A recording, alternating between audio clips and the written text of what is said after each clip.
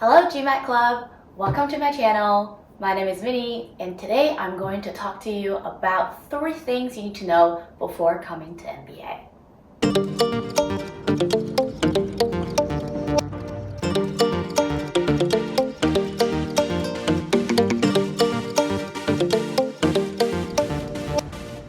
This video is supposed to help you make your decision on whether you want to pursue an MBA, and these are some realities that you should really think about before you make that really important decision in your life. Let's get started. And the first and foremost thing that you should know about an MBA is that it is expensive.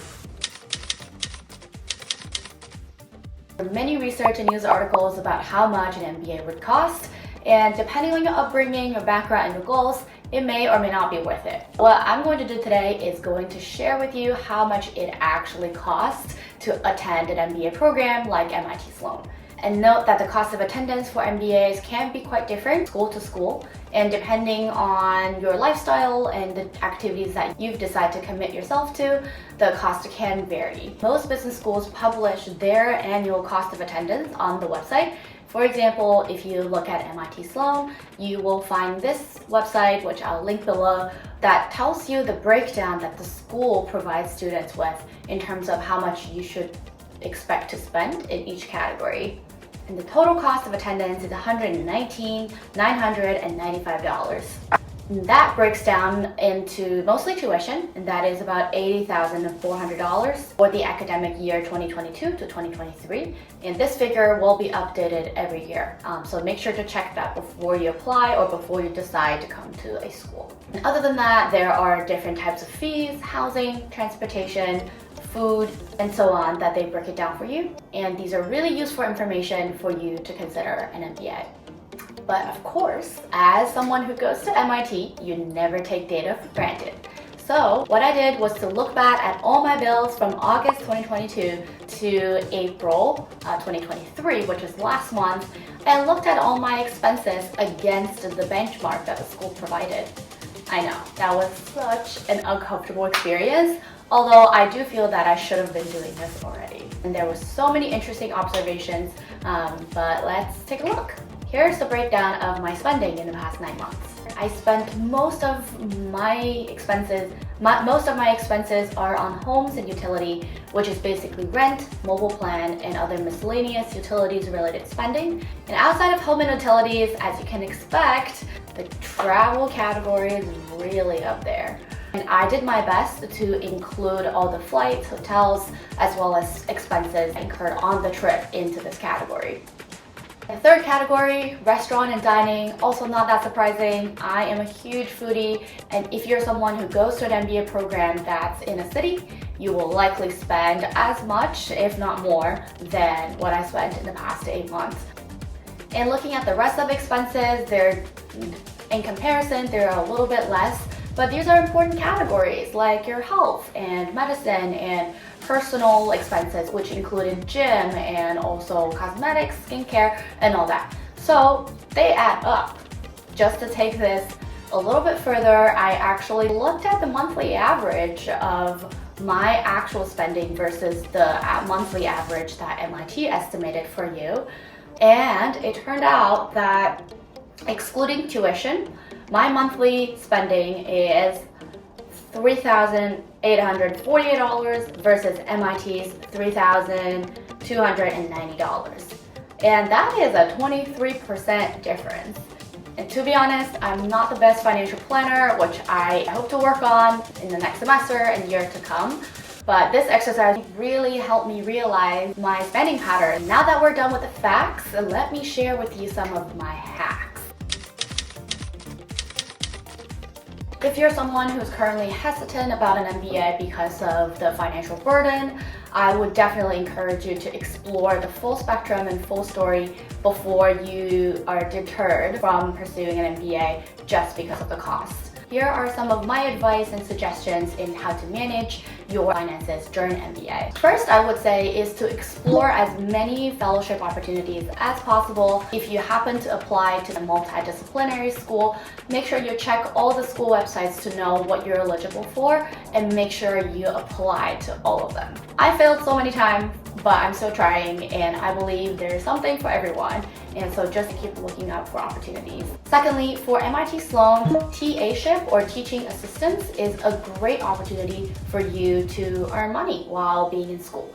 And this is basically you stepping into any of the MBA classes to become a teaching assistant. And the workload really varies by Sloan standards from 0% to 100%. And depending on the workload and which percentage range you fall under, you will be receiving different ranges of stipends and tuition assistance. The maximum amount that you can receive in terms of your stipends and tuition assistance is $15,000, and that is 40% of your tuition. Come on, it's worth it. And this is a great opportunity to not only help your classmates and incoming first years in classroom and their coursework, but it's also a great opportunity to actually explore classes that you might not have a chance to take. So definitely look into this option in your respective program. And finally, of course, applying to loans. And there are two different ways of thinking about this. If you're still working, I would actually encourage you to explore some of the loan options before you leave your job. And that will open up many doors for you to explore some of the really good deals offered by banks, but only for working professionals. The other route is obviously the student loan. For that one, I know that Discovery has great APR and actually a lot of good offering for students, and a lot of students at MIT Sloan have pursued student loans with them. The second thing that I want to bring your attention to, which was totally not even mentioned when I was applying to MBA, is that FOMO is so real. FOMO, fear of missing out. And I've talked about this in my previous videos. It's a very common phenomenon that everybody in MBA talks about and thinks about. Just to give you a very simple example of how that could happen out of the blue, look at my WhatsApp messages.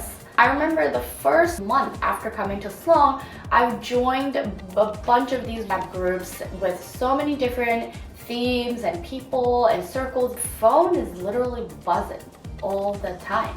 And you might go, well, just don't join them. While that might be a very effective solution, there are a couple reasons why people still put themselves out there. Number one is actually your sense of responsibility and how much you cherish the opportunity to be at an MBA program. A lot of times people join these groups not because they just want to make friends, but they don't want to miss out on important opportunities and information that is only communicated sometimes through these groups.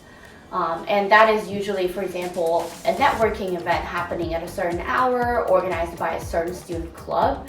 If you're not plugged into that club or people who know what's happening, it's very difficult to find out about those events. And of course, Sloan has a website that's for all Sloan sponsored events, and that covers most of the events happening. But sometimes they're just pieces of information, tips that are not publicized by the school and circulated only among students. Yes, FOMO is socially induced. And it's just so easy to feel that you're not making the most out of the program because there's so many things happening all the time. And that could be picking up a new hobby, going to the Olympics game with your cohorts and competing or watching, could be dancing at a fashion show, or going to a fancy gala event. So what I did is to develop a framework that will probably help you in terms of prioritizing and deciding whether a commitment or activity is worth your time. What I would recommend is for every activity or commitment that comes your way, try to plot it into this table or this framework that I developed. And that requires you to first have all your MBA goals laid out. And this doesn't have to be set in stone, but it should be at least a broad category that really will motivate you to go through this program. And then in each category, I like to break it down. For example, I came to Sloan to have a career pivot, and what does that look like in real life? And that is finding a PM internship for the summer or finding a full-time job. And in terms of, for example, networking, I want to make new and lasting friendships at school, but I also want to expand my professional network in tech or in VC. And once you plot all of these goals, I tend to give myself a mental progress bar in terms of how far I am in achieving that goal.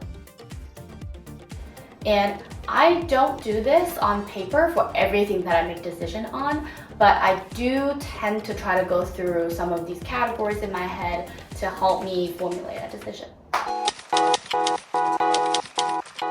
I am currently at MIT Sloan. As you can see, this beautiful outdoor space and a beautiful building. It's just so easy to spend all your time here hanging out or doing projects or meeting with a very set group of people who obviously are like-minded, share a lot of the same values, and that you work really well with. But it's so easy to just feel that this is the world and everything will be smooth sailing because you do well here. Even in the building, I think the cafeteria is where most people tend to hang out or spend their breaks or time in between classes and after school. And it's just so easy and nice to be able to see familiar faces and people that have gone through the program with you.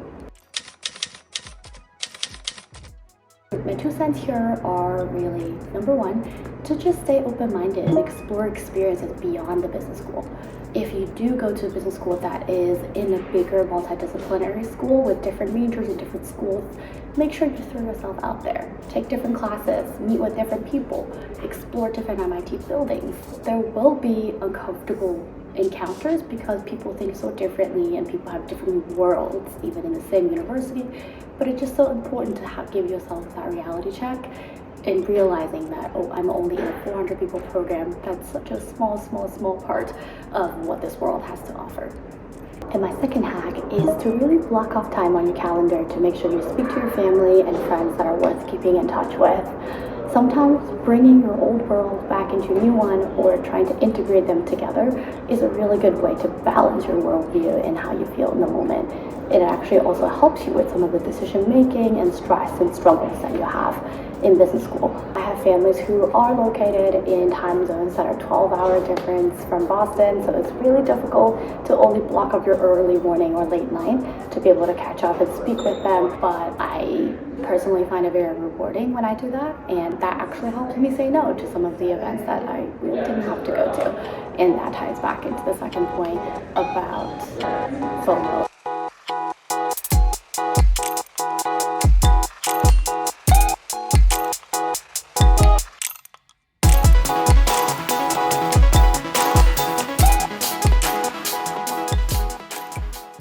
And that is all for today's video. I hope these 3 things will help you make the best decision for your MBA, and some of these could be applied to just your day-to-day in life. I wish you the best of luck in pursuing your MBA, your GMAT exams, and thank you again GMAT Club for having me on this video, and I hope to see you guys in the future. Bye!